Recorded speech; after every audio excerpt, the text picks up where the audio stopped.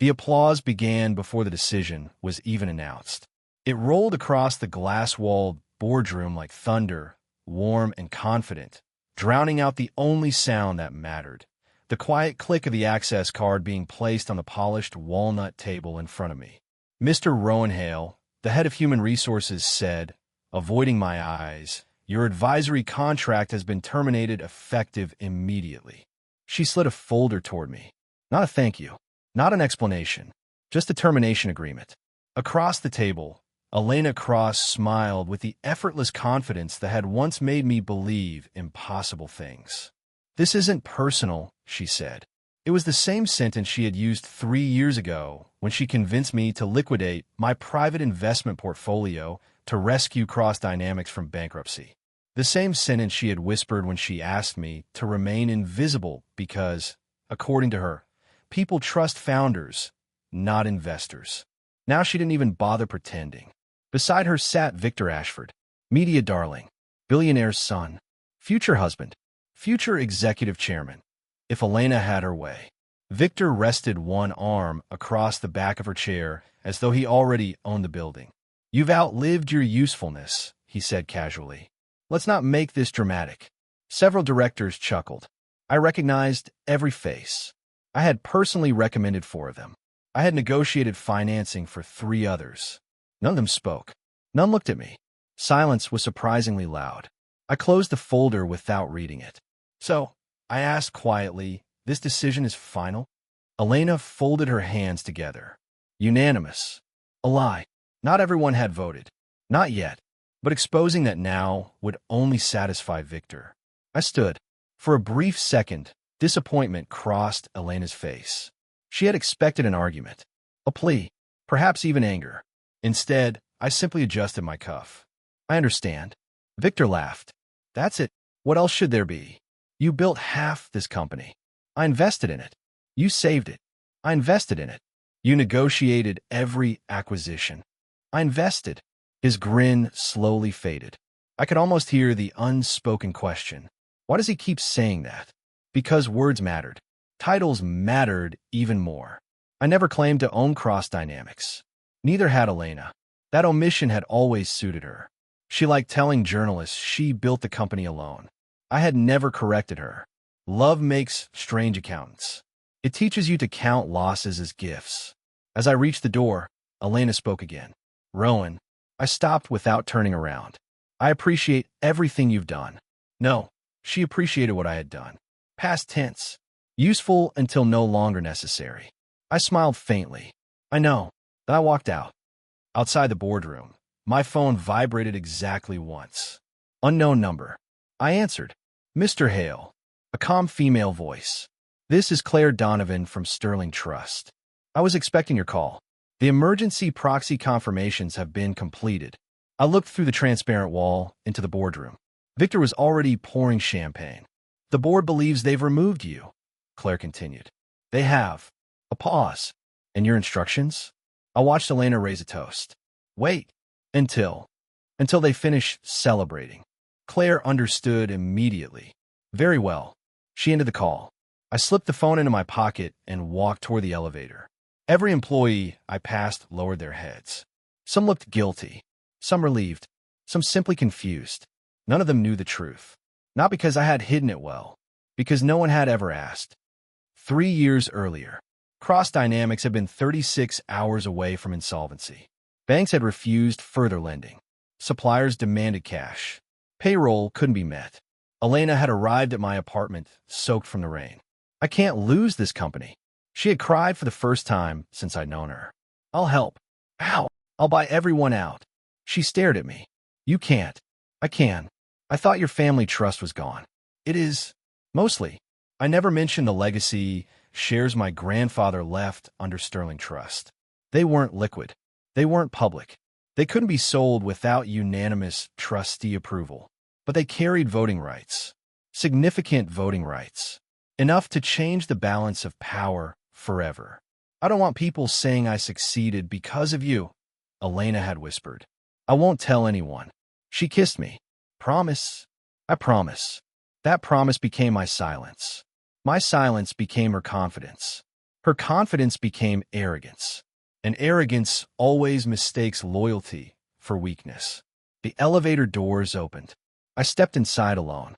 For the first time in years, I felt strangely light. By sunset, every major business outlet had published the same headline: Cross Dynamics removes founding advisor ahead of strategic restructuring. The photographs fascinated me. Elena stood in the center. Victories, champagne glasses raised. Smiles everywhere. The camera angle carefully cropped me out.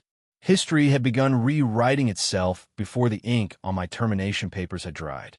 I sat in my apartment, overlooking the river, the city lights trembling across the water. There was very little furniture. I had sold nearly everything expensive years ago to keep Cross Dynamics alive. Even now, the irony almost made me laugh. The company that had emptied my home had just escorted me out of its headquarters. A knock came at the door. Without asking permission, Claire Donovan stepped inside, carrying a leather portfolio. She never wasted words. "They're moving faster than expected." I gestured toward the chair across from me. "What happened?"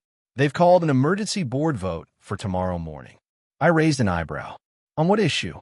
"To appoint Victor Ashford as executive chairman." "That quickly?" Claire nodded. "They believe removing you eliminates the final obstacle." She opened the portfolio. Inside rested copies of share registries, trustee agreements, and proxy certifications. Every page bore my signature. Every page also carried one name I had intentionally kept away from public filings: Sterling Legacy Holdings. "They never investigated the ownership chain," Claire said. "They investigated what they wanted to see." She looked at me for several long seconds. "You still have time." "For what?" "To stop this before it happens." I poured 2 cups of tea. Steam drifted between us. "No, they betrayed you." "I know. They're using your work." "I know. They'll destroy the company." I slid 1 cup toward her. "And they'll do it without my protection." Claire finally accepted the tea. "You've changed." I've stopped confusing responsibility with love. Silence settled between us. Outside, traffic crawled through the rain.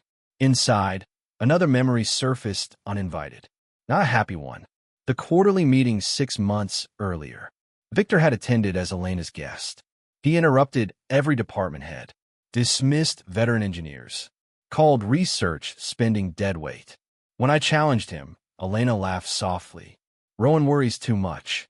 The room had laughed with her, not because it was funny, because power tells people when to laugh. Claire interrupted my thoughts.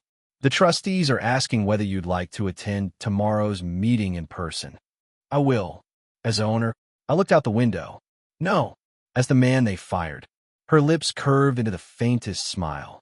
"They'll never see it coming." Across the city, another meeting had already begun. I wasn't there, but by midnight, 3 different directors had called. None reached me. Voicemails accumulated. "Rowan, perhaps we should talk. There may have been a misunderstanding. I think tomorrow's agenda deserves another discussion." Interesting.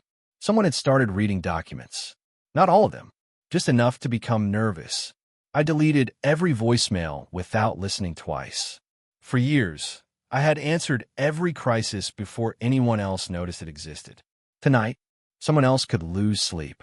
At 7:10 the next morning, I entered Cross Dynamics through the front lobby. No security guard stopped me.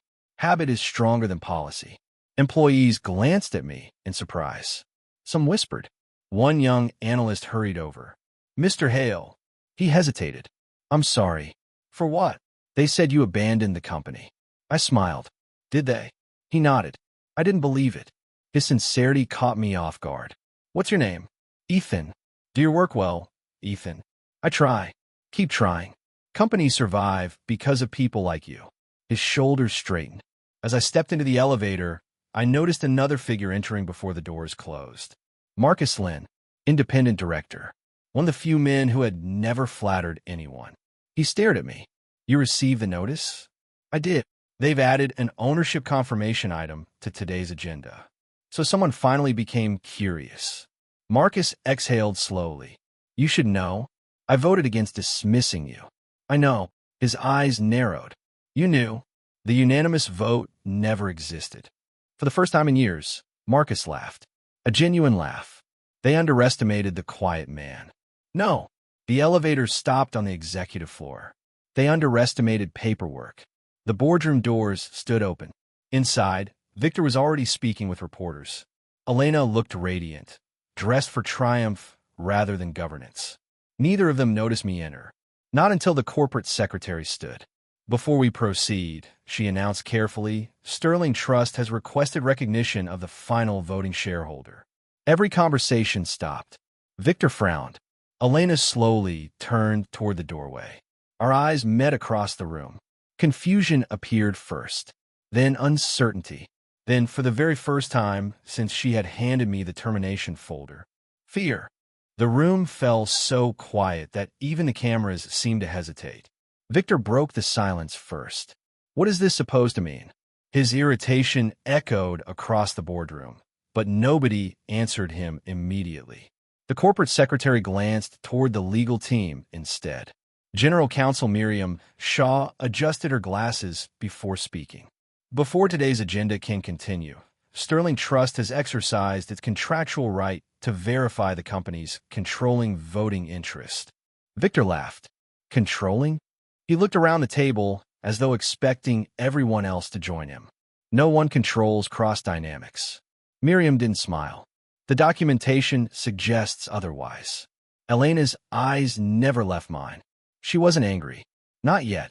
She looked confused. Rowan, she said carefully, what documents? I walked toward the empty chair near the far end of the table instead of my old seat beside her. I wasn't invited as an advisor. I placed my phone on the table. So I'll sit as a shareholder. Victor snorted. A shareholder? He leaned back. You own what? A fraction of 1%. Marcus Lynn quietly folded his hands. No one should assume percentages until legal finishes. Victor ignored him. Fine. He gestured dramatically. Let's hear the fairy tale. Claire Donovan entered the room carrying a black portfolio. She wore the expression of someone delivering a weather report rather than detonating a bomb. Sterling Trust, she introduced herself. Several directors recognized her immediately. Their expressions changed. She distributed sealed folders. Every director received one. Victor did not. He frowned. What about mine? Claire answered without emotion. Yours contains confidential information unrelated to your current position. His face darkened. I'm about to become executive chairman. Claire met his eyes. That depends. The first folder opened. Paper rustled. Someone inhaled sharply. Another director whispered, This can't be right. Elena finally opened hers. Her fingers stopped halfway down the second page. Color drained from her face. No. She turned another page. Then another. Each page carried certified ownership transfers dating back almost 4 years.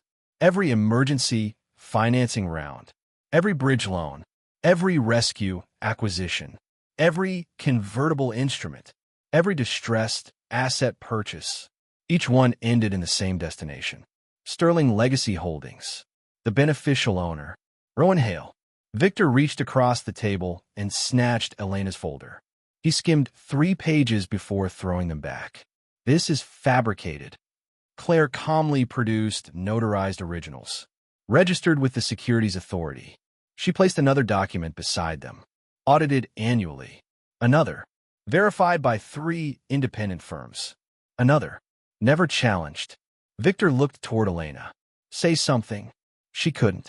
She simply stared at me. Finally, she whispered, You never told me. I answered honestly. You never asked. The chairman pro tempore cleared his throat. We should proceed with the ownership confirmation.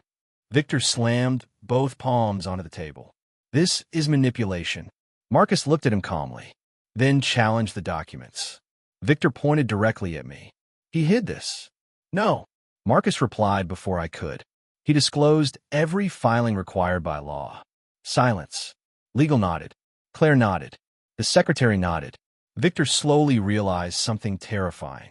The information had never been secret, only ignored. He turned back toward Elena. You knew. She shook her head. No. You expect me to believe your boyfriend hid billions in voting rights. Former boyfriend. Neither of us corrected him. Elena finally found her voice. Rowan. Her tone carried something I hadn't heard in years. Not authority, not confidence, vulnerability. What? I looked at her for a long moment. When your company was collapsing, you asked me for help. I remember. You also asked for something else. She lowered her eyes. To stay invisible.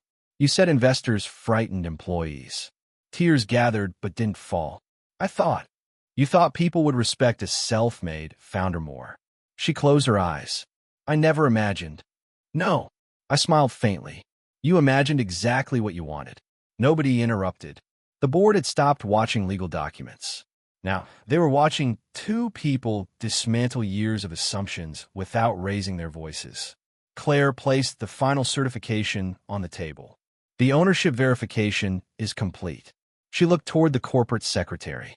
The last remaining voting shareholder with controlling authority has been confirmed. Every eye turned toward me. No applause. Only silence. Sometimes silence weighed more than celebration. Victor refused to sit. His breathing had become noticeably uneven. This changes nothing. Marcus raised an eyebrow. Explain. We still have board authority. Miriam Shaw calmly opened the corporate bylaws. Only if the controlling shareholder ratifies the appointment. Victor froze. What? She turned the document toward him. Article 12. His eyes raced across the page. Then back again. Then a third time. He wasn't reading anymore. He was hoping the words would rearrange themselves. They can't. They already have, Miriam answered. Elena slowly stood. 5-minute recess. No. My voice interrupted her. Everyone looked at me. This meeting has already been delayed long enough. She stared at me. Please. That single word surprised everyone, including me. She had never pleaded in public.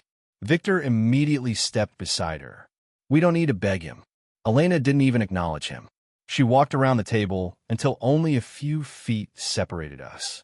The board pretended not to watch. No one left. Did you already know yesterday? She asked softly. Yes. You could have stopped me. I could have. Why didn't you? I held her gaze. Because yesterday you believed firing me would solve your problems. Her shoulders sank. I made a mistake. No.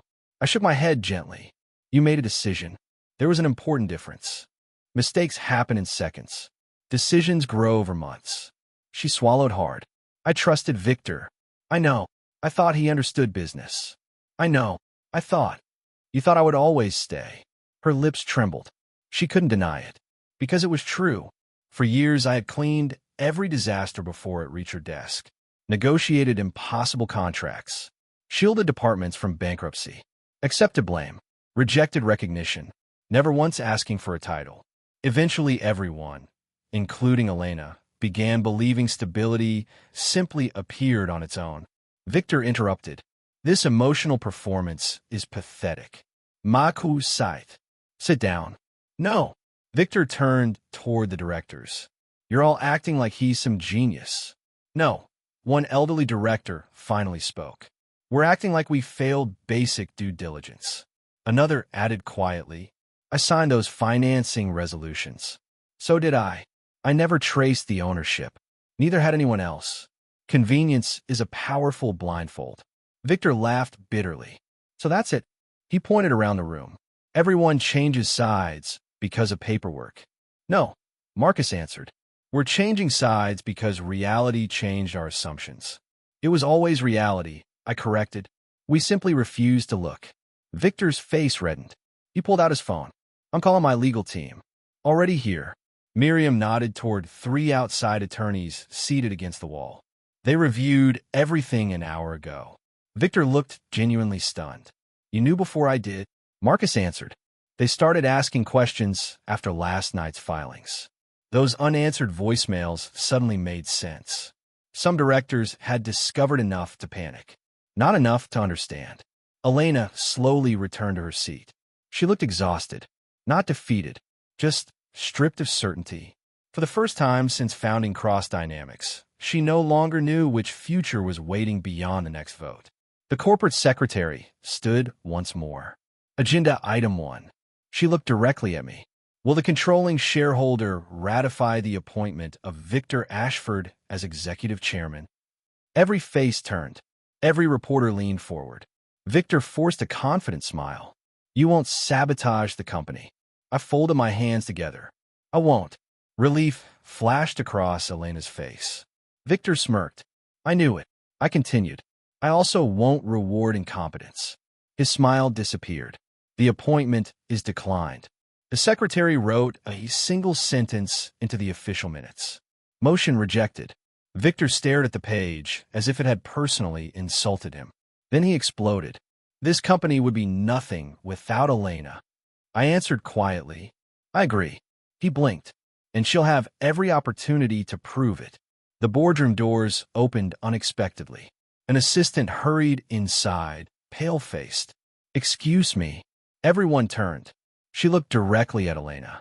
3 institutional investors are waiting downstairs. What do they want? They've requested an emergency meeting. About today's vote? The assistant hesitated. No. They're asking why the market believes Cross Dynamics has been hiding its real ownership for 4 years. A heavy silence settled over the room. Outside the glass walls, dozens of employees had begun gathering, sensing that something far larger than a leadership change was unfolding. The consequences had only just begun. The investors refused coffee. That was the first sign the meeting would not be friendly. Institutional investors loved rituals. Coffee before negotiations. Small talk before criticism. A few polite compliments before asking uncomfortable questions. Today, none of that happened. 3 representatives from firms that collectively held nearly 18% of Cross Dynamics sat across the conference table, their folders already open. Elena entered first. I followed several steps behind. Victor tried to enter with us. I'm part of executive leadership. One of the investors looked at him. The door closed in front of him. For the first time since meeting Victor Ashford, I saw genuine disbelief on his face. He wasn't accustomed to hearing the word no. Inside, the atmosphere felt heavy. The oldest investor, Daniel Mercer, spoke without looking at anyone in particular. We're not here because Mr. Hale owns controlling voting rights. Elena frowned. Then why are you here? Daniel slid a printed report across the table. We're here because your governance disclosures have been misleading for years. I never lied. No. He nodded. You simply allowed the market to believe something untrue. There was a difference. A legal one. Not always an ethical one. Elena slowly looked toward me. You could have corrected them. I could have. And you didn't. I honored the agreement you asked for. Her shoulders stiffened. The words struck harder than an accusation. Because they were true. One of the younger investors leaned forward. Mr. Hale, yes. Is it true you've personally guaranteed 6 corporate debt facilities? Elena looked sharply toward me. What? I said nothing. Claire answered instead. Yes. The room became still. Daniel turned another page. Our analysts discovered personal guarantees attached to emergency financing during the recession. Elena's voice dropped. Those weren't corporate guarantees? No. Claire met her eyes. Every bank required additional collateral. Elena looked confused. But the company had none. It didn't. Then, nobody answered immediately. Because she already understood. The collateral had been mine. My apartment. My investment accounts. My remaining family assets. Everything. She remembered the night she'd asked whether the financing was secured. I had smiled. It's handled. She had accepted that answer. Not because she trusted the banks. Because she trusted me. Too completely. Daniel closed the folder. Our concern isn't ownership. It's governance. If the board overlooked something this significant, another investor finished his sentence. What else has the board overlooked? No one had an answer. The meeting ended without resolution. Not because the investors were satisfied. Because they wanted time. Time to investigate. Time always frightened guilty people more than accusations did. As we stepped into the executive corridor, Elena stopped beside the windows overlooking the city. Rowan, I paused. The silence between us stretched longer than either of us expected. Finally, she asked, how much? I knew what she meant. Everything. No. Her voice cracked. I mean, how much did you lose because of me? I looked outside. Construction cranes filled the skyline. Years ago, we had stood in this exact place celebrating our first profitable quarter. Back then, she had grabbed my hand and whispered, "We'll build something that lasts forever." Now only echoes remained. I never calculated it. "Please, you really want the number?" She nodded. Claire quietly handed her a single sheet from the portfolio. Elena read it once. Then again, her fingers began trembling. The total exceeded $200 million. Not because I had spent $200 million, because I had never recovered what I sacrificed. Lost opportunities, liquidated holdings, assets sold below value, deferred returns, years of compounding erased. Tears finally escaped her eyes. "I didn't know. I know. You would have accepted the help." She covered her face. "Yes. And that's exactly why I never told you." For years, I believed protecting her meant carrying every burden alone. Today, I finally understood that silence protects no one forever. Victor didn't wait for us. He ambushed us. The moment Elena stepped into her office, he slammed the door shut behind us. "This ends today." His polished confidence had cracked, revealing something far uglier beneath. Fear. Fear disguised as anger. He pointed directly at me. "You planned this." "No. You waited until the perfect moment." "I waited until you made your own decisions." "You manipulated her." I almost smiled. "No. I stopped protecting her from consequences." His expression twisted. "Same thing." Elena finally spoke. "Enough." Victor ignored her. "He wants control." I answered calmly. "I've had control for 4 years." The room went silent. Victor stared. He opened his mouth, closed it, then laughed.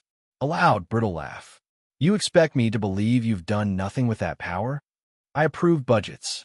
"Exactly. I blocked hostile acquisitions. So, I prevented shareholder lawsuits."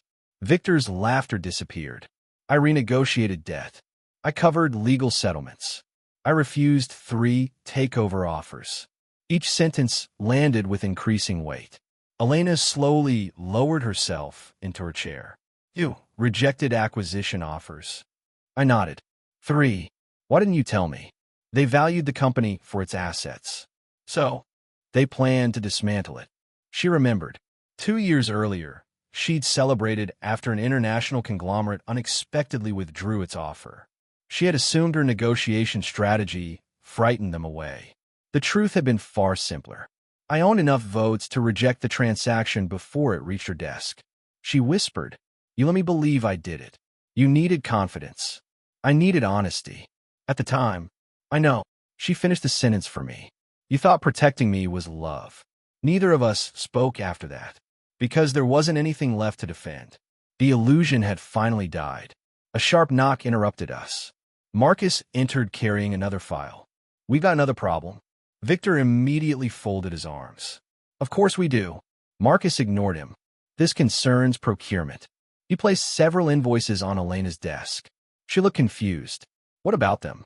Marcus's expression hardened. "Every one of these contracts was approved after Mr. Ashford joined strategic planning." Victor frowned. "So, they're all with companies registered to the same holding group." Elena looked closer. Her eyes widened. "They're shell companies." Marcus nodded. "Controlled through offshore nominees." Victor took one quick glance at the paperwork. His face changed.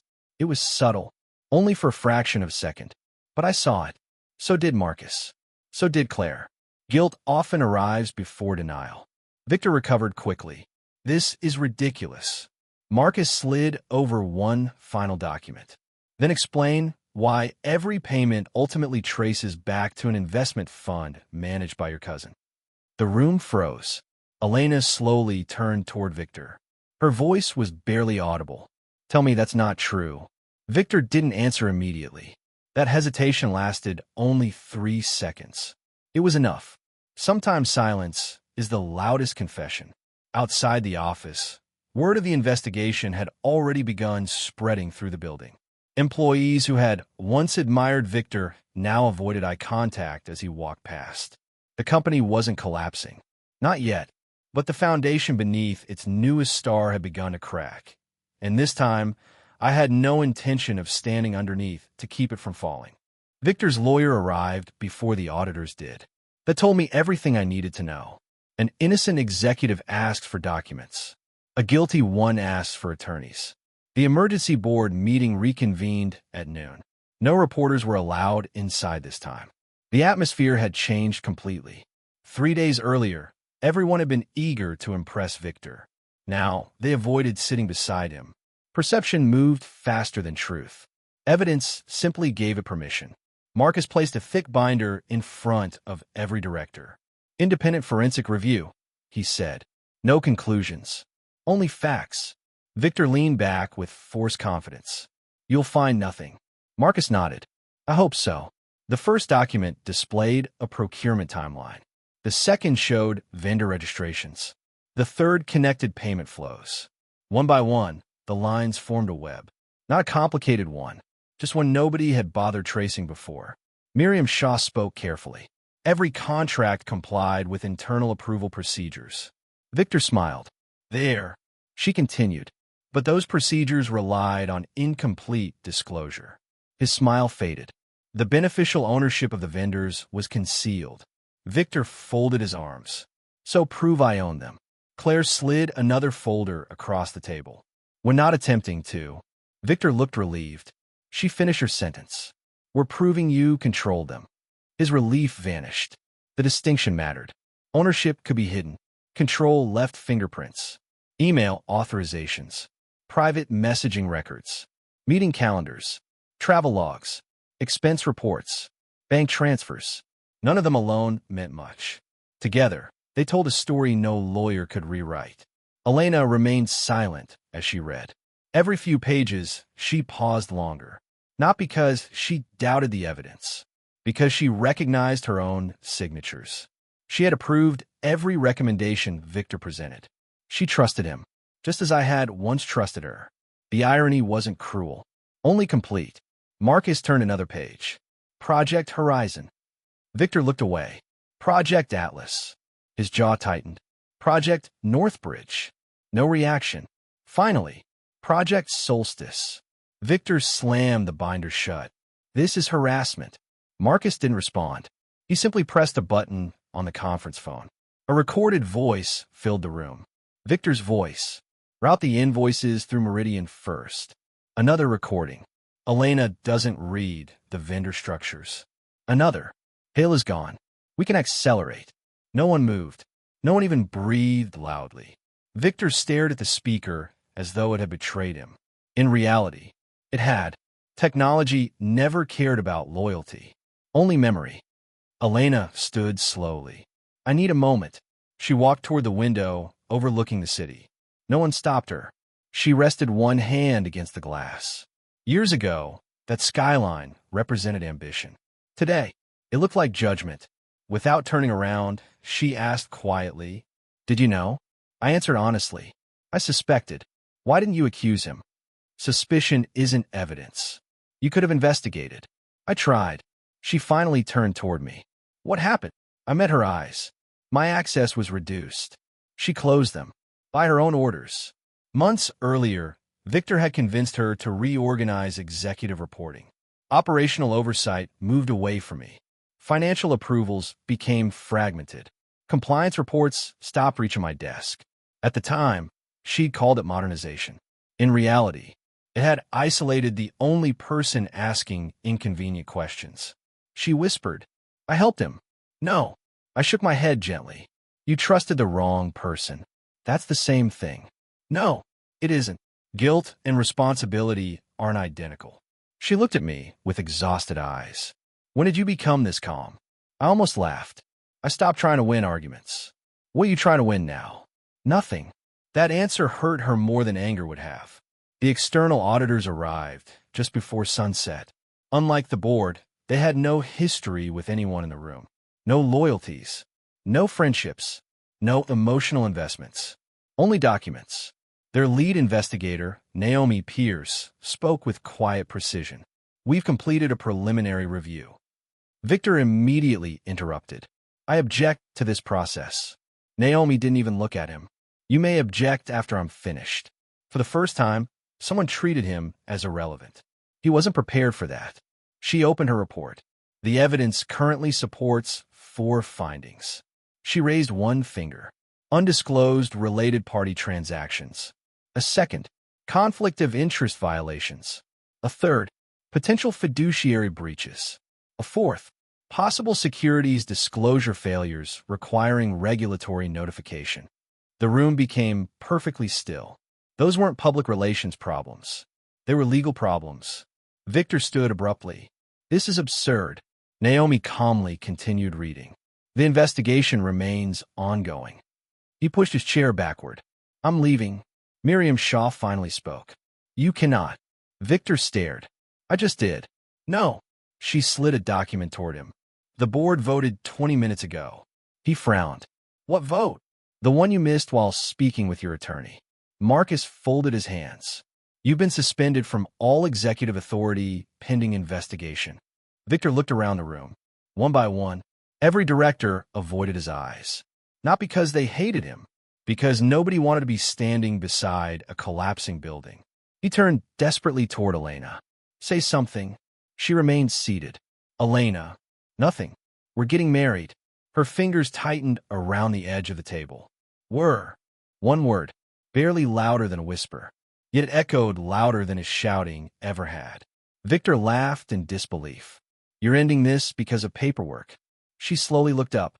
"No. I'm ending it because I finally know the difference between confidence and character." He pointed toward me. "You still love him." She closed her eyes briefly. "When I loved him," her voice trembled, "he was busy protecting me." She opened them again. "I never noticed the cost." Victor's expression hardened into something cold. "You'll regret this." "No." She stood. "I already regret enough." Security entered quietly. No struggle followed. Victor understood resistance would only deepen the damage. As he reached the doorway, he looked back at me. "This isn't over." I met his gaze without moving. "It doesn't have to be." He frowned. "I don't need your forgiveness." I wasn't offering forgiveness. Silence. I was offering you the chance to stop making worse decisions. He laughed bitterly. "I'll rebuild." "I hope you do." He looked genuinely confused. "You mean that?" "I do. Because revenge had never been my destination. Consequences were already doing the work." The doors closed behind him. No celebration followed. No applause. Only exhausted silence. Marcus finally leaned back. "I've spent 30 years in corporate governance." He looked at me. "I've never seen someone win without trying to destroy the other side." I considered his words carefully. "I didn't win." He frowned. "No." I looked toward Elena. She remained standing by the window, shoulders heavy with a grief no courtroom could measure. The company lost trust. A woman lost herself. A man destroyed his own future. I took a slow breath. "Tell me which part of that looks like victory." No one answered. Because there wasn't one. Only the truth. And at last, the truth no longer needed me to protect it. The first thing I did after the investigation became public was disappear. Not dramatically. Not permanently. I simply stopped walking into buildings where everyone expected me to fix what they had broken. For the first time in years, my mornings belonged to no one. No emergency calls.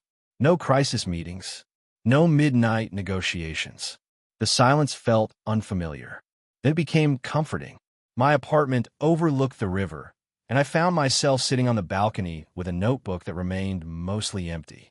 Not because I had nothing to write, because I no longer needed to organize everyone else's problems before facing my own. One Tuesday morning, Claire arrived carrying 2 envelopes.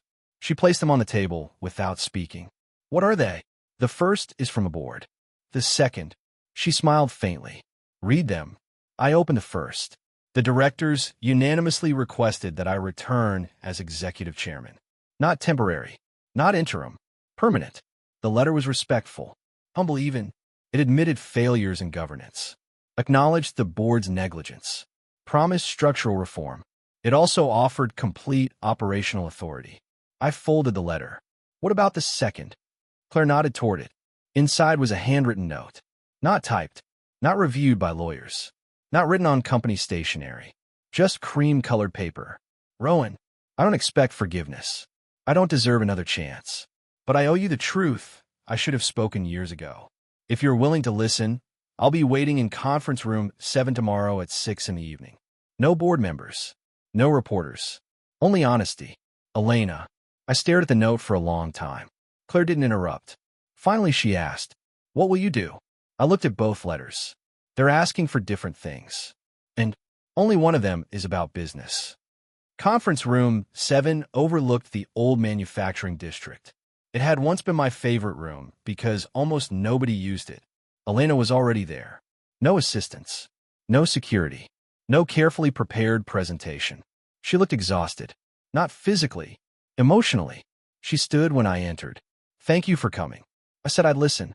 She nodded. For nearly a minute, neither of us spoke. Then she pushed a thick folder toward me. "I've been cleaning my office."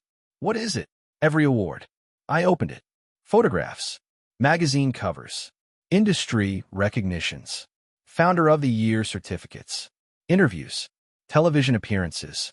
Every headline celebrated Elena Cross. None mentioned me. She swallowed. I used to be proud of these. And now, they feel heavy. She picked up one frame magazine cover. "Do you remember this?" I did. It was published after Cross Dynamics survived its worst financial crisis. The article described Elena as the visionary who refused to surrender.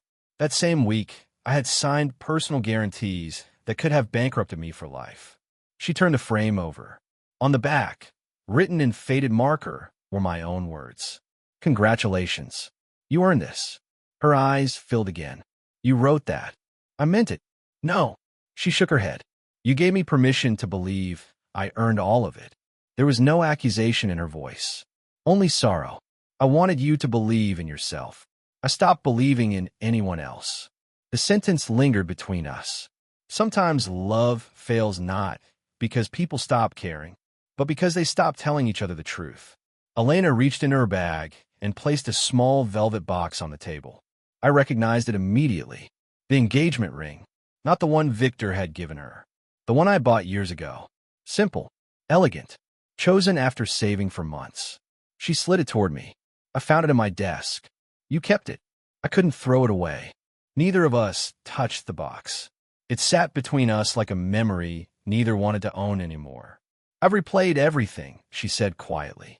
"Every meeting, every conversation, every time you tried to warn me." She laughed once.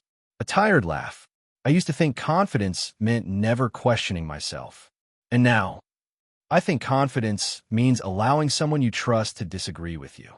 I leaned back. That lesson was expensive. It was. She looked directly at me. "I don't want you back." Her word surprised me. Then she smiled sadly. "Not because I don't regret losing you." She took a slow breath. "But because the man who loved me disappeared long before he left the company." I considered that. She wasn't entirely wrong. Somewhere between crisis after crisis. Between sacrifice after sacrifice. I had become more useful than alive. More dependable than honest. "I miss him too," I admitted. Silence settled again. Comfortable this time. She stood and walked toward the window. "The board wants you back." "I know. Will you accept?" "I haven't decided." "You should." I looked at her. "Not because of me. Because the company still needs someone who sees people before profits." I smiled faintly. "That's a dangerous compliment." "It's true." She turned back toward me. "I'm resigning." That caught me off guard. "Completely?" She nodded. "The investigation proved I wasn't corrupt." "No, but also proved I failed as a leader." I remained quiet. She continued. "I ignored warnings. I rewarded appearances. I stopped listening. The consequences belonged to me." There was no self-pity in her voice. Only accountability. For the first time in years. She sounded like the woman who had once stood in the rain outside my apartment asking for help. Not because she wanted someone to save her. Because she believed building something worthwhile required humility. "I've accepted a teaching position," she said. I blinked. "Teaching?" She laughed softly. "A university asked me to lecture on entrepreneurship. The irony isn't lost on me." "What will you teach?" She smiled. "Probably everything I learned too late." As we left Conference Room 7 together, we walked in opposite directions at the hallway intersection. Neither of us looked back. There was nothing left to recover. Only something new to build. 3 weeks later, I accepted the board's invitation, but only after every governance reform had been approved unanimously. No special privileges. No unchecked authority. No invisible sacrifices. This time, every decision would belong to the people responsible for making it. As I entered the headquarters on my first day back, Ethan, the young analyst from the lobby, hurried over with a grin. "Welcome back, Mr. Hale." I smiled. It's good to be back. For the first time in many years, I wasn't returning to carry the company alone. I was returning to help it stand on its own. The courtroom wasn't crowded. That surprised the reporters. Corporate scandals usually attracted spectacle, but the months between the investigation and the trial had drained the excitement from the story. Facts have a way of replacing gossip. Victor sat at the defense table, wearing the same tailored confidence he had once carried into board meetings. Only now it no longer fit him. His lawyer spoke first. They argued that he had relied on legal advisors, that procurement decisions were collective, that no single document proved criminal intent. Piece by piece, they attempted to separate actions from responsibility. Then the prosecution began presenting emails, voice recordings, payment trails, meeting notes. The web that once looked complicated became painfully simple. Every path eventually led back to Victor. I wasn't called as the star witness. I preferred it that way. My testimony lasted less than 20 minutes. The prosecutor asked only factual questions. Did you personally investigate the vendor relationships? Yes. Were you prevented from completing that investigation? Yes. By whom? Executive restructuring approved by the board. Were you aware of the hidden ownership structure at that time? I suspected irregularities. Why didn't you make public accusations? Because suspicion isn't proof. The prosecutor nodded. No further questions. Victor's attorney stood.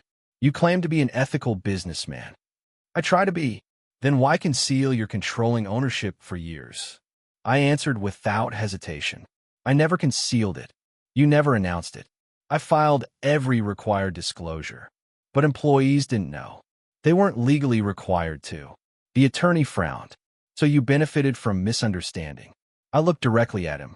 No, I suffered because of it. Silence followed. The judge made a note.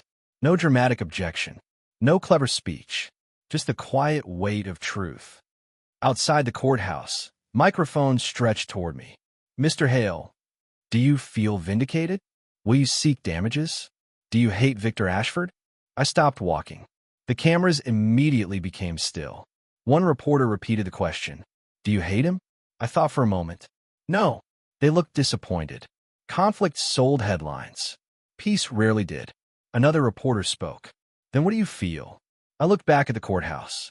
I think he spent so much time trying to become powerful that he forgot power isn't the same as character. Pens moved quickly. Cameras zoomed in. I continued. And I spent too many years believing sacrifice didn't require honesty. That answer wasn't for Victor. It was for myself. Several weeks later, the verdict arrived.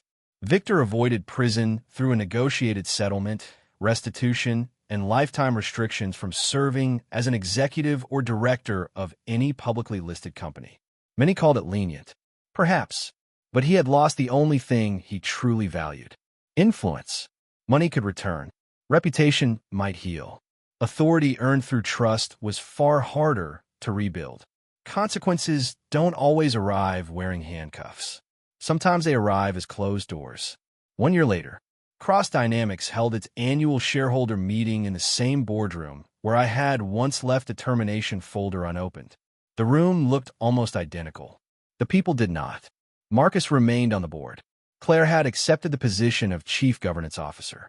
Ethan now managed an entire strategic analysis team. Young employees spoke freely during meetings. Directors challenged one another without fear. Disagreement was no longer treated as disloyalty. It had become part of leadership.